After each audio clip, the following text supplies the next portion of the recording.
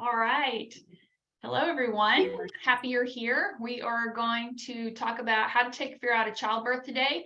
So the first thing I want to start off with class, when I introduce myself, is I want y'all to put in the chat, what are you hearing out there that causes fear? What things are being communicated, whether it's through TV, whether it's through your provider, maybe it's from a loved one. What are some of the things that we're hearing that causes fear around childbirth? Throw it in the chat for me.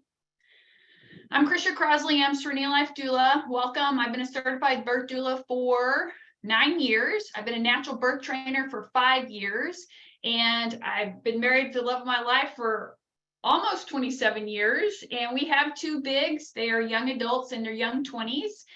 So I've had 2 kids too, and I haven't seen much change in how birth is portrayed in the last 20-something years that I've been pregnant. So I've got really interested and wanted to help share my knowledge to you so you can have a beautiful, amazing birthing experience when you are actually expanding your family dynamic. It should be a beautiful, amazing thing, yet we are in this society scared to death to birth our children. So let's see what we've got going on with what we're hearing, some of these scary things that people are dropping to us.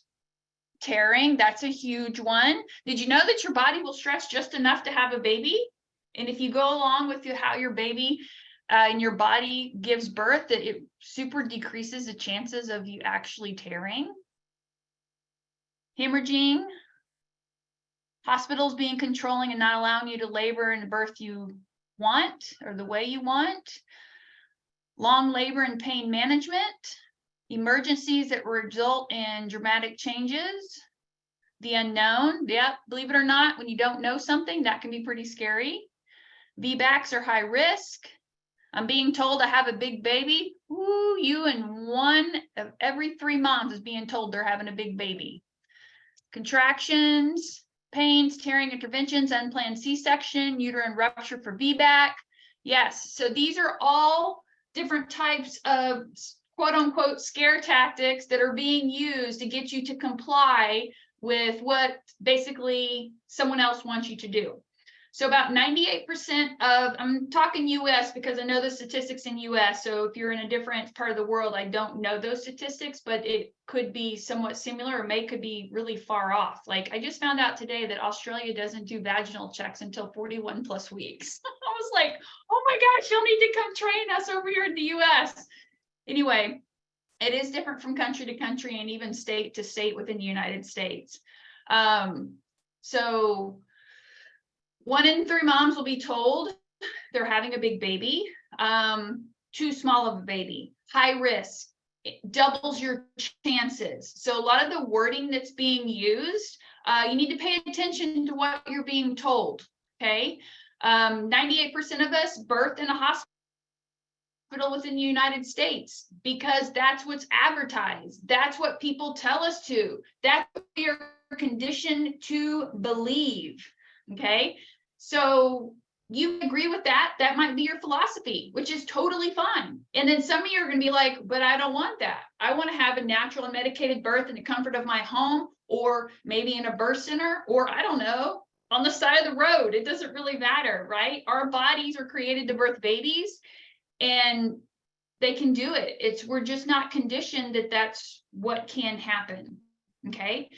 1 in 3 moms will be told they're having a big baby within the United States. 1 in 3 moms are having cesareans to deliver their baby within the United States. The percent's between 32%. That's a third of us having cesarean sections. If you are a first-time mom, it is important for you to have a vaginal birth first. Why? Because now we've got this thing going around. Once a cesarean, always a cesarean, right? Which is not true. It's further than the truth. The number 1 scare tactic for VBACs, which is a vaginal birth after men, is uterine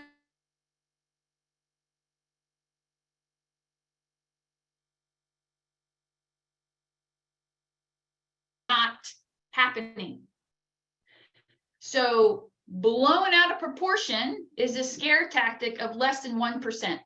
Okay. Why? Some of the providers in the medical industry are not trained, or they don't feel competent in their skill set to perform a vaginal birth after cesarean because they're not trained in it.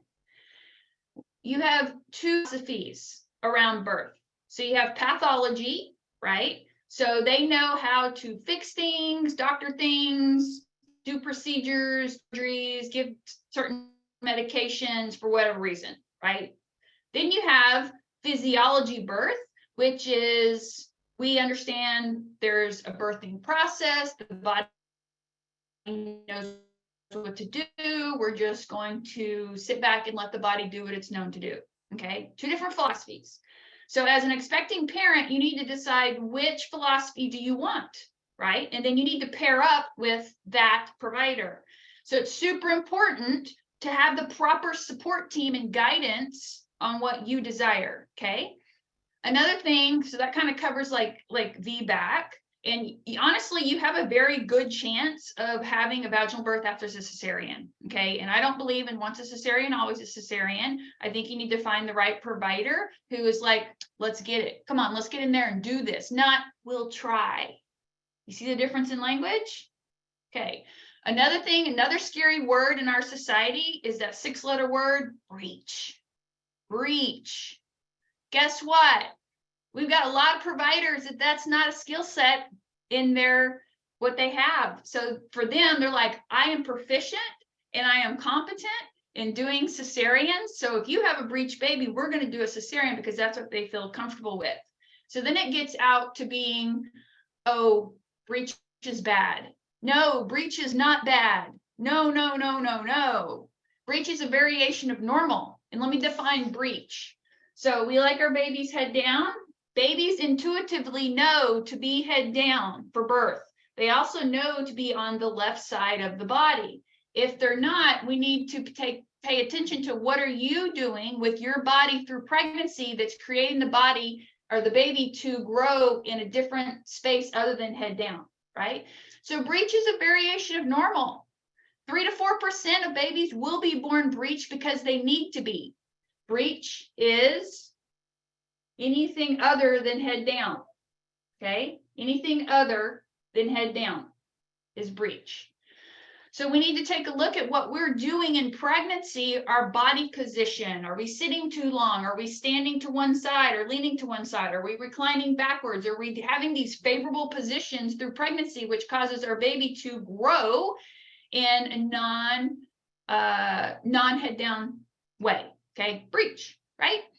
So, but there are skilled professionals out there that will deliver breech babies vaginally. I have tended a home birth breech. It was beautifully, it was amazing. The baby head down rotates a certain way through the pelvis and comes out. Guess what? The baby can enter this world butt first, rotate through the pelvis the exact same way, and it'd be just as beautiful if it was a head down baby. Okay. The fear around breech is because the provider is not competent in the skill set, or maybe have never trained in how to deliver a baby breech. So if you are a mom that has a breech birth or a breech baby, find a competent provider that has that skill set. Okay. Now, depending on where you live in this world, that might be a little bit more of a challenge, but babies can be born breech just fine. The risks do not increase as far as anything happening to your baby as if it was a head down baby. It's just blown out of proportion. Okay. What's cool about breech, I'm going to give you a little secret, just in case we have any breech babies out there. And Dr. Godwin is going to enlighten you on that here in a little bit. So the circumference of the baby's head coming through the pelvis, right? Coming through the pelvis is the same circumference as the butt coming through the pelvis. Okay, so either way, coming out, it can come out vaginally. The only way you cannot have a baby come out vaginally, and you will need a cesarean if your baby lays transverse, just like this. There's no way your baby can get out. We need a head first, or we need a butt first presentation for a cesarean birth. Okay, so wanted to let you know you have those options. A couple other things that we have on that could be scary would be, or causing fear, is you're on a clock. Hold on, I have someone say it's freezing. Are y'all able to hear me still? Okay, cool. Is you have so much time to have your baby. That's in a medically necessary emergent situation that could be true, but our bodies are designed to labor individually, each body at a time. So my labor may not be the same labor as my sister's or my mom's or my best friend's or somebody else, just like my labor may not be anything compared to what yours is. It's different. Let your body labor how it's intended to labor. It shouldn't be on a clock. If you're healthy and your baby's healthy, why are we rushing? Okay, we need to let your hormones, your oxytocin levels rise really high. You feel very safe. You can be vulnerable. That's how a baby comes out of your body. If you're scared and you're tense and you're fearful and you don't feel safe in your environment, your body's going to freeze up, just like any other mammal. If there's a mammal birthing in the wild and they feel frightened, their young is not going to come out of their body. They're going to go find a safe place they can be vulnerable to have their baby. It's the same thing with us mammals, okay? The number one, just to give you a little bit more information, the number one reason for cesareans is failure to progress, okay? My body didn't open up. I couldn't have my baby. One of the things, the number one reasons leading to failure to progress is lack of food and lack of water. So if you're birthing in a hospital environment, they try to take your food and water away. Well, our human bodies need food and water, okay? Especially when you're running your birthing marathon. Your body's going to work hard. You're going to burn a lot of calories. And if you don't properly hydrate and feed your body, you have no energy to burn. You have no water to keep the muscle, the uterus, contracting and keep working and progressing. So you get thrown in this failure to progress because nothing's happening. Well, yeah, because you're starving your body and you're dehydrated. Doesn't work well for labor. So your body goes into stress. Then who else is going to go into stress? Your baby, because your baby's being squeezed. And at some point, your baby's like, I give up. Heart rate decelerates and you're back into the OR because now there's an issue. So simply the little things like eating and drinking in labor, peeing and pooping in labor can cause failure to progress. These are very important things, but when you're tied down to a bed or unable to move or eat or drink, it can throw you in that category, and then you're off for a cesarean. So these are things that you can be educated on and advocate for yourself. The reason we don't eat and drink in a hospital is because they're preparing you for surgery. Home births and birth center births, we feed you and we hydrate you the entire time. My rule of thumb is you put something in your mouth every 30 minutes. You need something to burn. Your body's working hard. This is like a sporting event. We're just not pulling out the bleachers for everybody to watch, okay? We want to flow a lot of power to your body so your body can do what it is created to do. This is a natural phenomenon that we are created to do, even with mammals. Birth our live young, produce milk for our young, okay? Let me check my notes. Exercise. So eating properly during pregnancy, exercising, and drinking plenty of water, half your body weight in ounces every single day, prepares you to have a healthy pregnancy even towards the last month. Exercise benefits improves your circulation, so your swelling goes down. You get more energy. Your body just functions better and moves better, brings down the discomforts. You have less weight gain. You can prepare your body for birth and your baby will be ready to be birthed. So exercise is important, and it eliminates the little things that can creep in towards the end of pregnancy that could risk you out maybe of a low risk birth if you're birthing at home or a birth center. You want to keep your body moving. It gives you more energy, and you're like going, I'm pregnant. It's so hard. I understand. I've been pregnant twice, and I had legit 2 big babies. I had a 9'8" and 9'14" babies. They came out just fine. Okay. My body knew what to do. We did it. If you need someone to help advocate for you, teach you to advocate, that's in your, got your back, hire a doula. Okay, doulas give you information, they teach you to advocate for yourself, and they also provide labor support mentally, emotionally, and physically, mentally, and emotionally during your birthing game day. Okay, that's what I do as a doula. You can find some in your area. If you need help, you can always reach out to me and I can help with different websites to help you do that. But I highly recommend, if you feel like you're someone who's a little bit timid and is not going to reach out and speak up for yourself, or your partner can do it, or if your partner's not going to be present, hire some support person that can help you, like a doula, or find someone who can help you advocate. It is super important. Okay, it increases your chances of having a vaginal birth. It increases your chances of having the birth that you desire. And that's the whole point of this. If you're healthy and your baby's healthy, let labor go. There's no reason to jumpstart labor because, oh, you're 38 weeks. I heard someone tell me that 38 weeks is the new 40. That's why induction is being done at 38, 39 weeks. If you are a first-time mom, likelihood you ain't ready to have a baby. Your baby's just not ready to be born. Average for first-time moms is 41 plus 3. Yes, 41 weeks plus 3 days is very average for a first-time mom to spontaneously go into labor. And we're cutting it short at 38 weeks, okay? All right, so I am going to wrap up. This is your body, your baby, your birth. It is your choice. Okay, I have 9 successful actions in my natural birth booklet. If you have not gotten that, you can go to trainforbirth.com and get your PDF. And then at 34 plus weeks, come train with me, my Train for Birth workshop. I will give you the confidence through my program to help step up to your starting line of your birthing game day and run that marathon. I train you physically, I train you mentally to get ready and go for it. Okay, I am going to have Dr. Godwin come in and introduce himself now.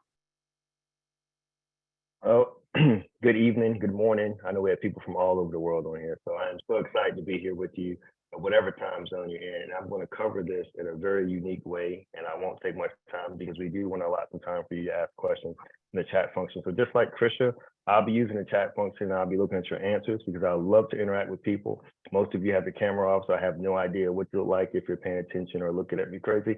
So we'll just go with it from there. Dr. Kenyon Godwin of Active Family Wellness Center. I am a chiropractor. I've been a chiropractor for almost 13 years. What's unique about me as a chiropractor, besides seeing normal people, I also specialize in being what's called Webster certified, meaning I see prenatal moms while they're pregnant to help them with chiropractic care. The reason that it's important is because I help families have a better, a safe, but more comfortable and healthy birth experience. Now, just like what Krisha did with the chat function, how many of you have heard of someone that's had a bad birth experience, meaning a lot of pain, they were in labor for a long time, or a hot topic that she covered already, they had a breech baby? How many of you have heard of someone that had an experience like that so far?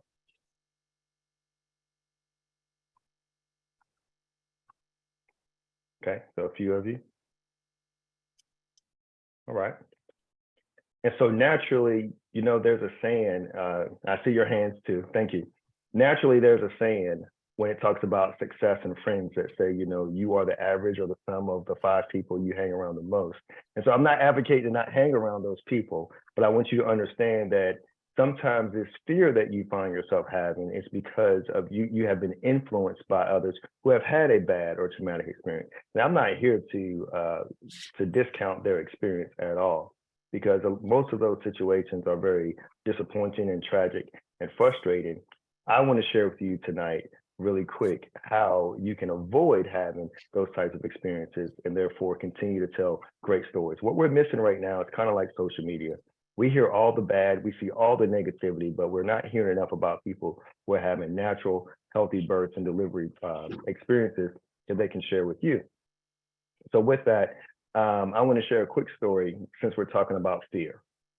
When I first started practicing and seeing pregnant women, I had a young lady come in and she was really young. She was like 19 years old and her name was Anna. Now, Anna was originally from Mexico and she was married, came to America, didn't speak a lot of English.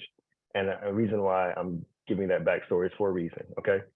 So when she went to her doctor, she was a week away from her due date and her doctor, who was a male, let her know that her baby was breached. Now, Krisha talked a whole lot about breech and what can happen with breech, and it's not a disqualifier. Well, that is not how her OB looked at it. So her OB told her she had 1 week to get her baby back in position, or if the baby did not get back in position, you ready for this?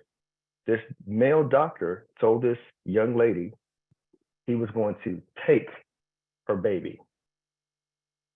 Now, I'm a man. That's a elephant in the room. And also, since we're talking about birth, I have also never had a baby. Just want to put that out there. So I'm not claiming I've had a baby.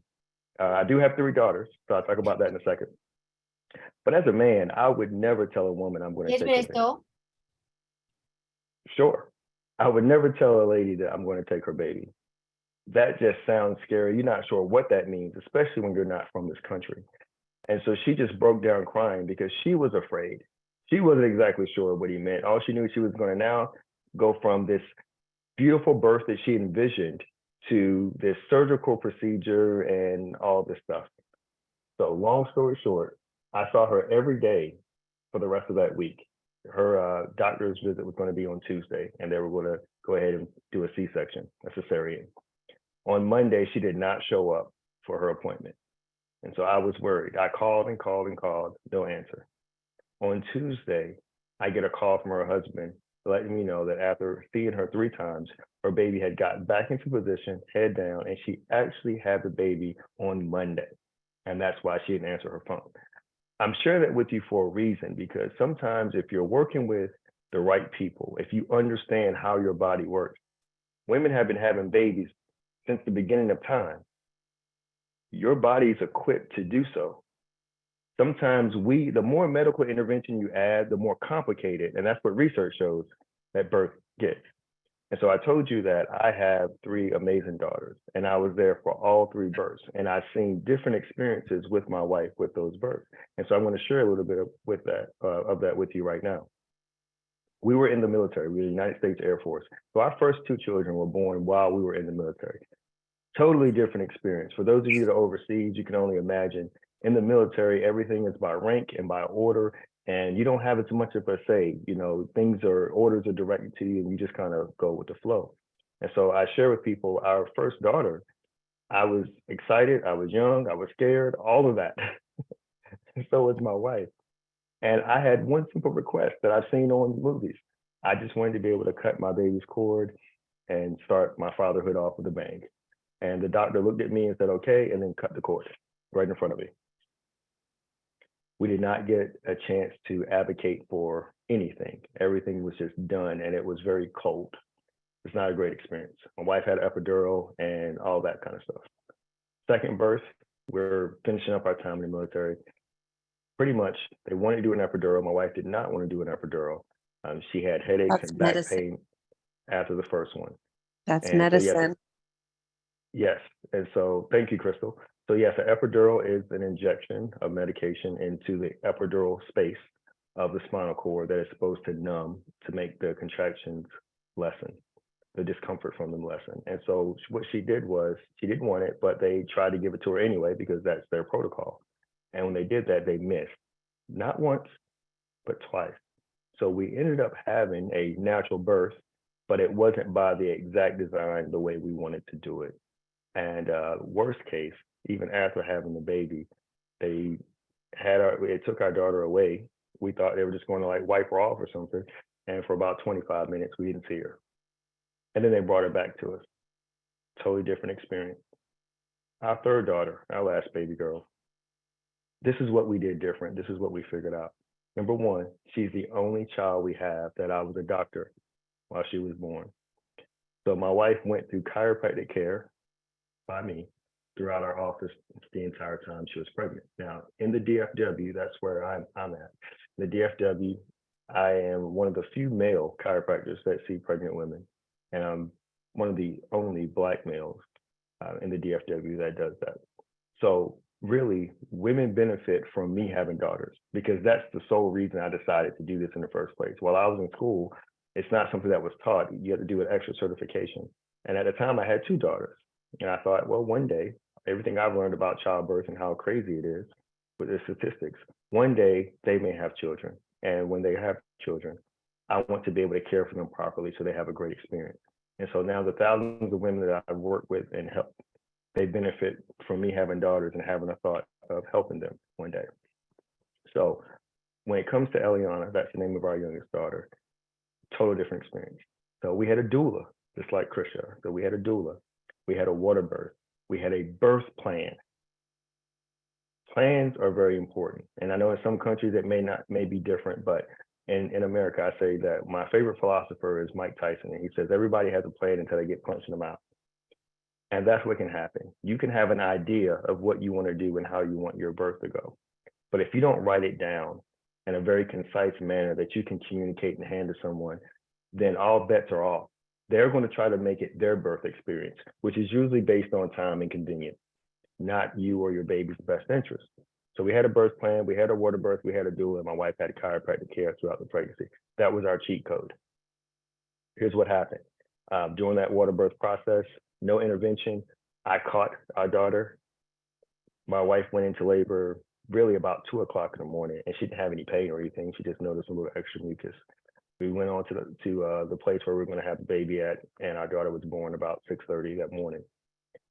Her first sign of contractions that kind of jolted her a little bit, where I heard her make a noise, was 30 minutes prior to our baby being born. Up until that, she was in the pool like she was playing, like she was just swimming around. So it was a different, very different experience. Afterwards, we did skin on skin. I did skin on skin. Once we got the baby out, got mom out, put her on my chest, and I gave her her very first adjustment about 7 minutes after she was born.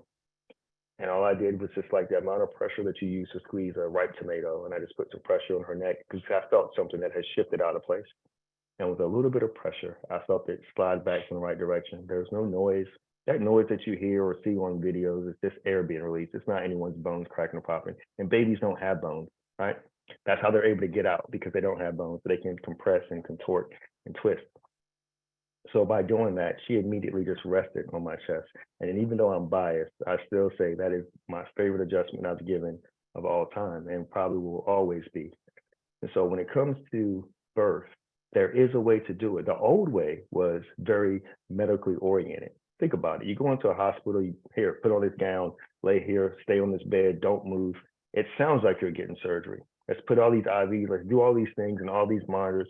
So I can see how it can be scary. I can see how you can be afraid, because you don't look like you're about to give birth to a miracle. You don't look like you're about to take part in what I believe is the biggest phenomenon known to man.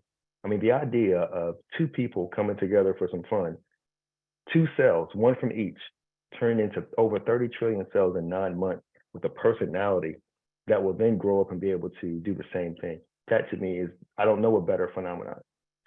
So it's an amazing thing when you look at it like that. But when everything is medically oriented or dictated to you or made to be afraid, you know, it's hard to really embrace that. And as Krisha said, our bodies don't do well under tension. Have you ever tried having a bowel movement when you're tense and stressed? You're going to be there for a while, because nothing flows through tension, just like nature. Things don't flow through tension. So if you want to have a healthy birth and delivery, understand these 4 P's and these principles that we're teaching. So I'm going to go over these 4 P's really quick so that you have time to ask questions. The 4 P's of pregnancy, this is what we do through chiropractic. The first P is called power. Now, giving birth requires you to have power to push. That pushing happens with the uterine forces down in your pelvic inlet. The nerves that control that area come from your lower back. That's why that's important. So when you see a chiropractor that's Webster certified, they're going to make sure everything is lined up in your lower back and with your pelvis and with your sacrum, which many people call a tailbone. Now we know the power is there. The second P is called the passage. Okay. The passage is created actually by your pelvis. So the front of it is your pubic bone, and then you have the innominate or ilium on the back, on the side, and your hips plug into those. Then you have your tailbone or your sacrum that sits in the back that connects those two. And as long as everything is in proper alignment, the baby can fit head down inside the inlet and it can come out. So think of it like a slide at a playground. The slide is unobstructed. However, what happens with most people is most of us, we either have a job where we're sitting a lot, maybe had a car accident or two in our lifetime, maybe falling, skiing, falling off of horses, stairs, high heel got stuck in the ground, you went down, whatever happened. sports injuries. Life is cumulative. So all of these things add up. And so now your pelvis can twist a little bit. Things can be tight, or you may have a mild scoliosis. And so now that passage gets decreased. Well, if that passage is decreased, baby is not going to be able to get out and flow as easily as it could. And that can create what they call dystocia, or failure to progress in labor. Or they may blame it on your baby's head being big, or shoulders, or something of that nature, when really it may be the passage. One way to tell if there's an issue with your passage is look at your feet. So lay down or sit down, look at your feet. Do your feet look like they're even, or does one look like it's shorter than the other? If one looks like it's shorter or longer than the other, then that's a good sign that you may have a decreased aperture or a passage due to your pelvis, that area in your lower back. Good news is that's something that can be rectified and realigned pretty easily, safely, and pain-free if you're seeing the right type of doctor. The third P is our VIP. That is the passenger. And so babies, when we talk about breech, a lot of them get turned. And really what I found in 13 years is two reasons. One, they have a short cord. If they have a short cord, that's an uphill battle. That's pretty much going to be hard to correct.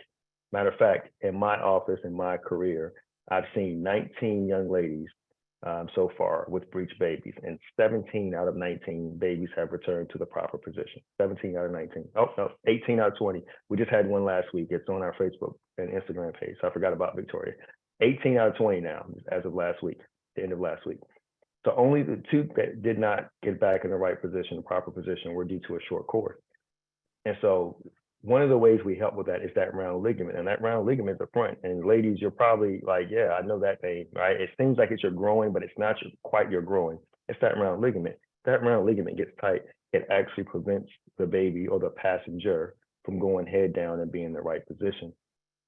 And that can lead to all kinds of issues, not just being breached, but what could appear as the baby being stuck.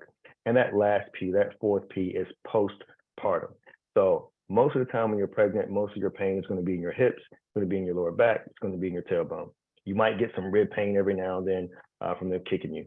However, once you have that baby, now a lot of that pain shifts to the upper back and the middle of your back. Why? Well, you're feeding, you're looking down a lot, you're admiring your baby, you're kissing your baby, you're picking up on these heavy car seats and doing all kinds of things. So the stress moves from the lower part to the middle part.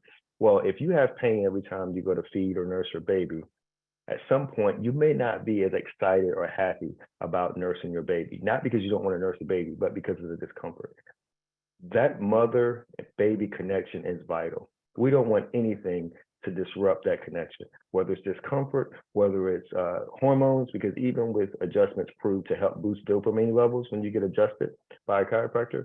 And so that can also help with the chemical imbalance that can lead to postpartum depression. And so it's very important to look at those 4 Ps. Now, I know some of you are all over the world. You're asking, how can that help me? Good question. Glad you asked. If you live in the DFW, then obviously you can reach out to us and we can try to get you to the office and see how we can help you. But if you're outside of our area, if I get your information in your area or zip code, depending on what country or where you are, I will do my very best to help you find a Webster certified chiropractor that can help you the same way that I help other women. So this is not about me tonight, just like Krisha. It's not about us and being able to see people locally. We just want to do our part in making sure that the amount of people that have a positive, healthy birth experience increases, and we start seeing more of these stories circulating. Because ultimately, what happens is, as your baby has a healthy birth and delivery, now you're going to have a better experience. Your significant other, your partner, your family, everyone's going to be happier, less stressed, not a lot of money spent on healthcare bills and things of that nature. And it's just an amazing thing. Stay out of the hospital as much as possible. Now, some of you have to have a baby in the hospital, and we get that. But go in with a plan. Know how you want things to go. You can get a birth plan. I'm sure Krisha's program has that listed in there. But just figure out what's important to you. And for the partners or for the husbands, it's important to understand that during that process, I'm a husband. So during that process, the things that you agree on, she may waver in the moment of being in pain or having a contraction. So that's your time. You have the most influence over her to look at her. And people laugh, but I'm for real. Just look at her and tell her how beautiful she is. Tell her how great of a job she's doing. Tell her that she has this, that you got this. I'm here with you. And if she's like, no, I don't have this, get me an epidural. If you agreed that you weren't going to have an epidural, now obviously you can't make her, but if that was your agreement, you just say, hey, babe, remember we said we were going to do this naturally. Because once you have that epidural, you're going to be numb. You're not going to be able to fully feel how to push, how much to push in your engagement. And then that can set off this cascade to C-section. We want to avoid that. So remember, can you do this? Can you hang in here? I'm going to breathe with you. I'm here with you. Remind her of how great she is and the fact that her body was designed to do this and that you're there with her. Okay? And so those are some of the tips that I recommend. The 4 Ps are definitely awesome. If you're seeing a chiropractor, make sure that they are Webster certified, because some chiropractors that aren't, they think they've learned some things on how to modify what they're doing for you, but it's different. I've been certified for almost 13 years and I had to recertify last year. They've never done that before, but new research and evidence came out. And so they said that everyone needs to be retrained and go through the course all over again. So if you're seeing someone that's never been properly trained, you can only imagine what things they could be leaving out or how that could impact you. So my last thing, the 3 things that I see that lead to people not having as great of a birth experience. 1, either not getting adjusted at all. And if you're at a place that there's no chiropractor, I understand. Or, with that, wait until like their due date. Like, hey, I'm due today. Can you adjust me? Well, yes, I can, but it's not going to be exactly the same as if I had been able to see you earlier in the process. The second thing is listening to the wrong people. People that I know or have known that may not have the best birth experience, they only listen to the negative voices. They only watch. They're obsessed with all the bad stories and traumas, and it's like they're hooked on it. And so therefore, they don't take the necessary steps or action. They go into it tense, and then things don't progress as they would like. And the last thing I see, the third common mistake or thing that I see, is not advocating for yourself. And Krisha knows, she hears me say this all the time.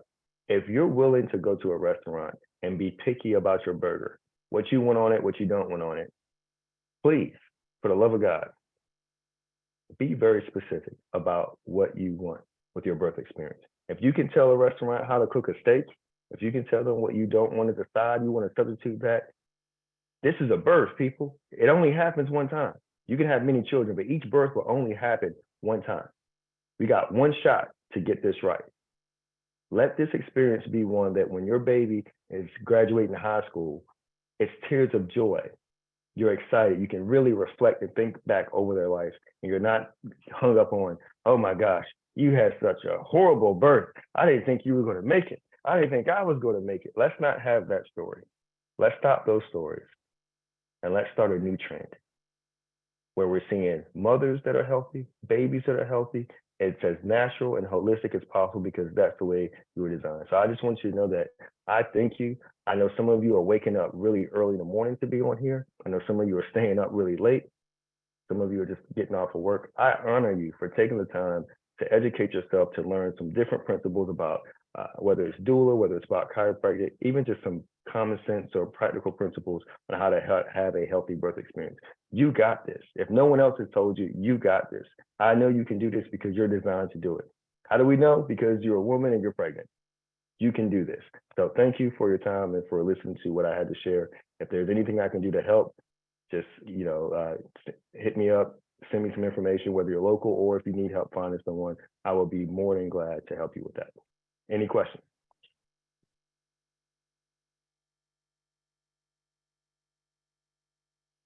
I can start questions in the chins for a few minutes here. So I saw a question about, can chronic mid-back pain increase the likelihood of a C-section? Okay.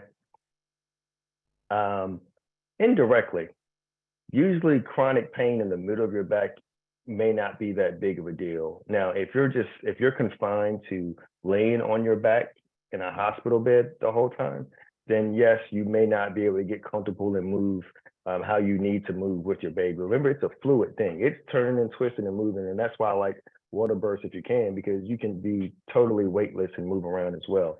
But again, I've known, and Krisha can attest to this, I've known women that have really, really moderate to severe scoliosis, and they still have a natural childbirth. So if you can do that with a curved spine, then a little bit of pain shouldn't slow down or stop you or mean that you automatically have to have a C-section. So what else we got here? When do we start with chiropractic? Yeah, so that's a two-part question. I say as soon as possible. I typically like to see someone even before they begin trying. But once you find out, the earlier you get there, the better. It's like anything else. It's like investing, right? When should you invest in Apple? Well, as soon as you could. But if you couldn't invest in the beginning, then start now. How often is going to be determined by your chiropractor. So for me in my office, that's all I can speak about. We have mild, moderate, severe. If someone comes to me what I call like wellness, they don't really have any pain, they just want to make sure the 4 Ps are good, I may see them like once a month. And then until it gets to that last part of the trimester, that last 4 weeks, we may see them weekly. Some people that already have pain, we may start off seeing them more frequently and then taper it back down. So it just depends on what you have going on in your situation. What can be done preventively to avoid breaching? Great. And this is one of the parts I love about chiropractic, because helping with releasing that round ligament, which is a part of the Webster protocol, is a great way to help. Having your hips moving, not sitting down on your butt for 8, 9, 10, 11 hours a day, getting up and moving around, but also not twisting yourself, not sitting on your feet. I know a lot of ladies like to sit on their feet or ankles or legs and you're twisting yourself. So avoid doing a lot of twisting, avoid sitting down all day, and if you can, get adjusted. Oh, you guys are so welcome. Stay active through pregnancy. Transverse at 34 weeks. Jessica, I would say see a chiropractor ASAP and every day until your baby is back down. I've literally been working on someone, and before they left my office, they just felt the pressure. They just stood still, like gripping the wall, felt the pressure, and we could see their stomach moving and their baby moving. It is the coolest but freakiest thing at the same time. So I would see one as soon as possible. We do not touch your baby.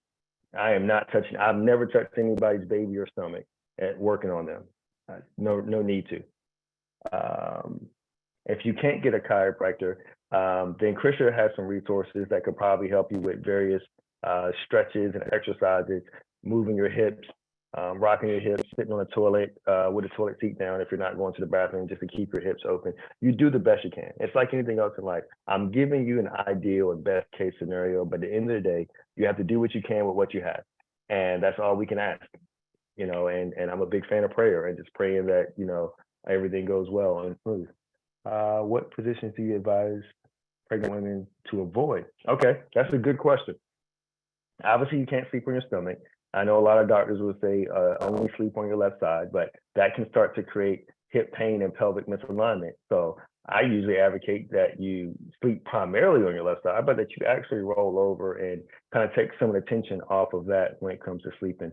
Sitting down, you want to make sure you're sitting on the bottom of your butt, not your tailbone, because if you sit on your tailbone, it just crunches everything. So sit back to where your butt hits the chair first and then straighten your body up. And then there's a lot of other things as far as standing. You can stand and bend the knee a little bit to take some of the tension off. You just don't want to stay in the same position for a long time. Avoid obviously high heels or shoes that don't have enough support. Does correct adjustment alter first time birth timing? So that's what I think you're asking, Taylor. I'm going to do my best at interpreting your question.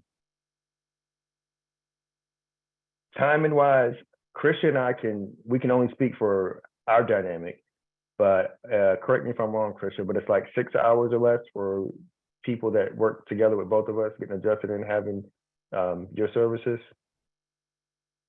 Yes, well, 8 hours. So start to finish, and this is a statistic for first-time moms, is 8 hours of having their baby. So I'm like utterly convinced that babies can be born fast, regularly. Yeah. So it does have a huge, and there's research on it. It's a huge impact on birth. Well, think about it, right? From a common sense standpoint, think about the 4 Ps. If everything's in alignment, you're able to flow. Yes, your baby's going to come out a lot easier and a lot quicker because there's less distractions and problems. Every time I stretch, I get a sharp pain on my right lower side. That could be round ligament pain. Absolutely. That's one of the things I said that we cover in our chiropractic office. Not just me, I'm not unique with that one. Every single Webster certified chiropractor will address the round ligament. Absolutely. So that's something we all help with. 31 weeks, baby's transverse. Oh man, I wish you guys were all close to me with these issues. You have a complete septate uterus. Okay, now that's a different complication. So I can't guarantee what those results or what things would be like with your baby. I am very honest. I'm not about to sit on here and lie to any of you. That's a specific situation, and that may be something that may not go as my typical case. Okay, and so is it worth a try? Absolutely, but I can't say with the same amount of confidence that it will work the way that I've seen with others.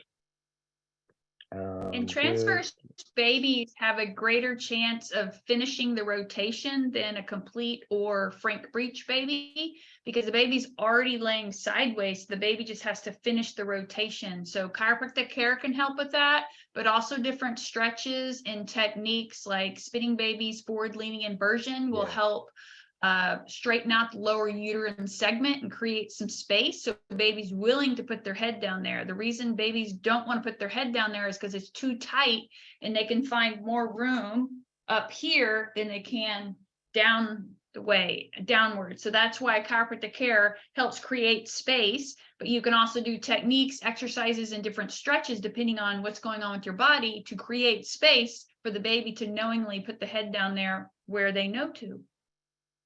And also, for those of you with a transverse breech, it is imperative that you get your baby adjusted afterwards. Being in a transverse position actually adds abnormal compression on the spinal cord from neck to tailbone. And so you want to get the baby adjusted so that all that's realigned properly so they can develop appropriately with no issues. As far as exercise, I saw a question about exercises. Obviously, I would say avoid deadlift, squats, things that put stress and strain on your lower back, your hips. You got to know yourself. If you've been exercising prior to being pregnant, then just continue exercising. But if you have not been exercising or doing that type of exercise, and you don't want to start doing a new exercise while you're pregnant. And again, avoid twisting type exercises.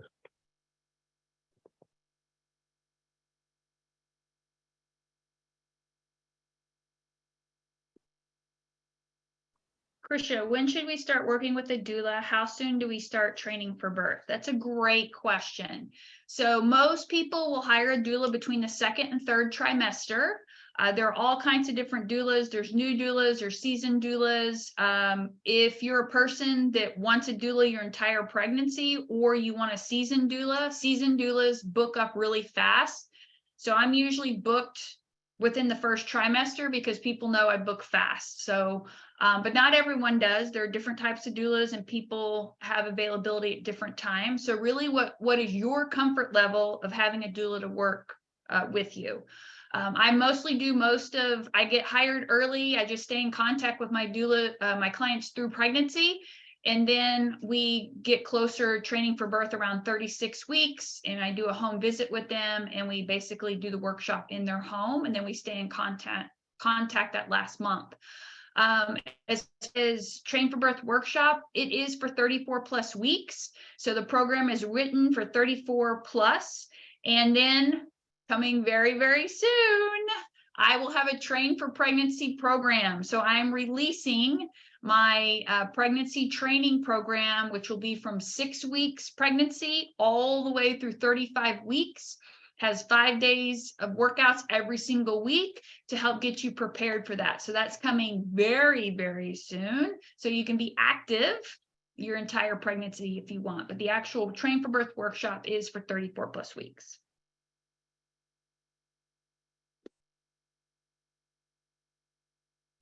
I just put a link in for you guys to help you find a Webster certified chiropractor near you. That makes it a whole lot easier. Yes. Let's see. I think it's Joy. Can't see the name on this one because it skips. Joy, yes, in India. If you could message me, I actually have a doula out in India. I don't know where she's located based on your location, but she could have connections that could help you in India. I also have my very first OB, my Train for Birth workshop. So I have officially trained in OB, and she is also located inside that there are some OBs willing to learn my natural birth skill set and help them with their expecting parent. Let's see. Any tips to avoid tearing? No purple face pushing. So when you're told to tear and curl over your baby and bear it down as hard as you can, that's what chances of tearing. That comes with epidurals because you usually can't feel what's going on. So you have to push your baby out. So your uterus will push your baby out without you having to push with it. You could be in a coma and your uterus will push your baby out.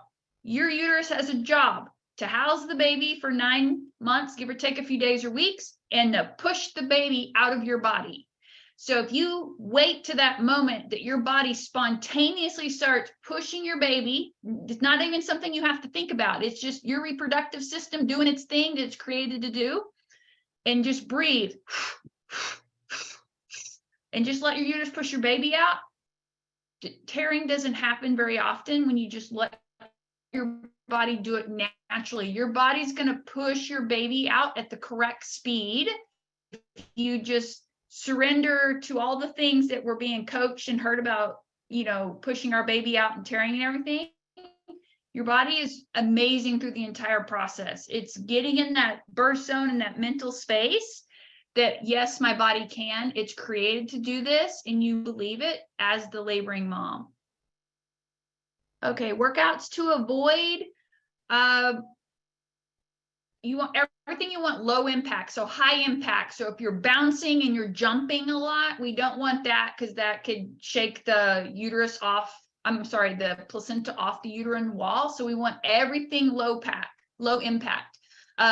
Some women will jog up to 20 weeks, which is totally fine as long as they're not like hammering their feet into the ground hard, but they can still run. Some will run longer than that, but average comfortably is usually about 20 weeks. So you can do anything you're already doing. If you're doing HIIT workouts, high impact, just bring it down to low impact. If you haven't worked out a day in your life and you want to start moving your body, which I highly encourage, start out with small walks and increase your walking distance, and then you're bring it up to a brisk, so you can ease into it as well if you at least want to get your walking in.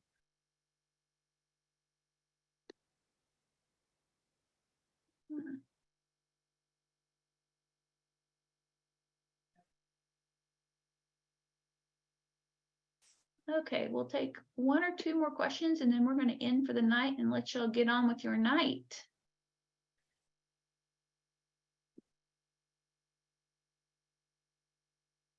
Is there a term for baby certified chiro, Dr. Godwin?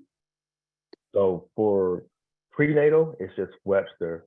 And Webster includes the pregnant woman and the baby. Okay. So if you search for a Webster certified chiropractor, you'll be good for pregnancy and for the baby. Then the same organization that does certification for Webster, they do have a whole pediatric deal as well, which I've taken lots of their courses. I do want to answer a question really quick. I know time is up about crisscross sitting. I know someone just asked why. Well, a few reasons. Number one, remember the P. The second P is passage. When you sit like that, you're making these muscles called your piriformis muscles tight. So they range from your hips all the way across to your tailbone on both sides.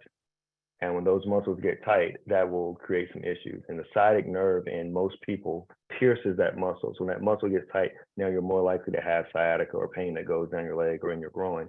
But you're also throwing off your pelvis because one leg is naturally going to sit a little higher with your legs crossed than the other. So it just creates torsion. You want to avoid as much torsion or twisting as you can. That's not a stable position for your spine. You're welcome.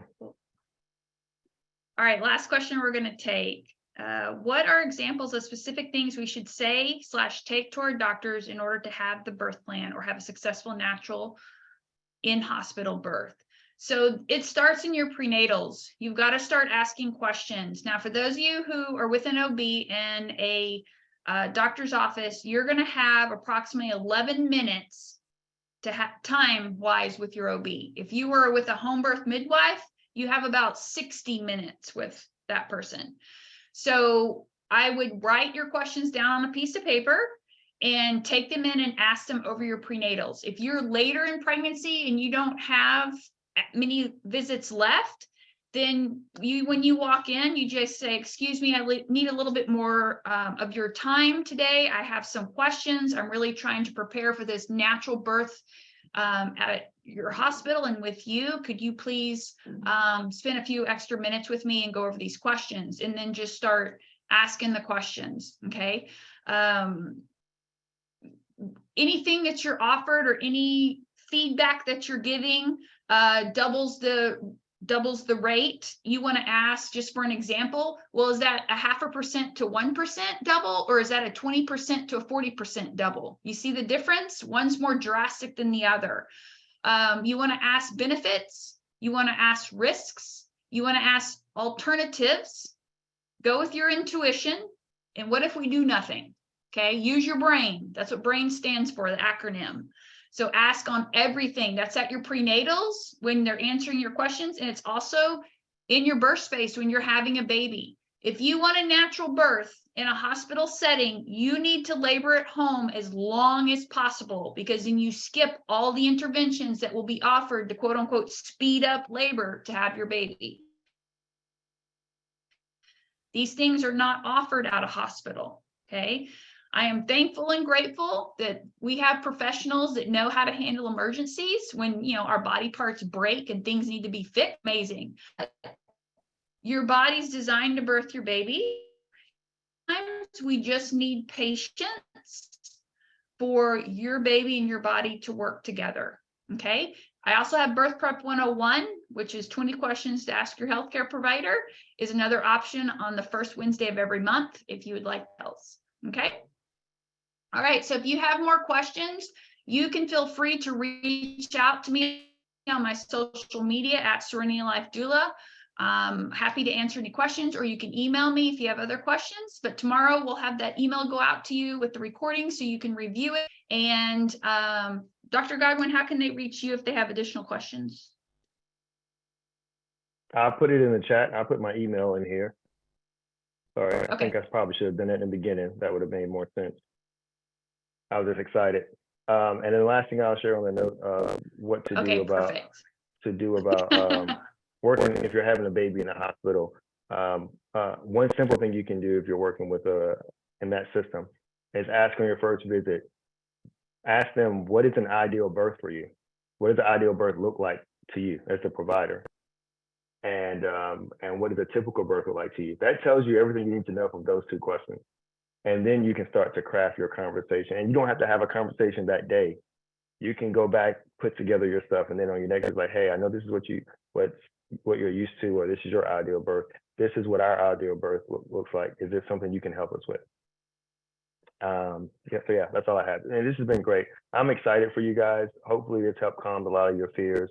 You are very capable of having an amazing birth experience. I know you can, regardless of what's happened, regardless of what you've been told. You can do this, but you got to believe you can do this. Okay. Absolutely. Thank you very much for spending this hour with us. We're excited that you're here to learn and let us share our knowledge with you.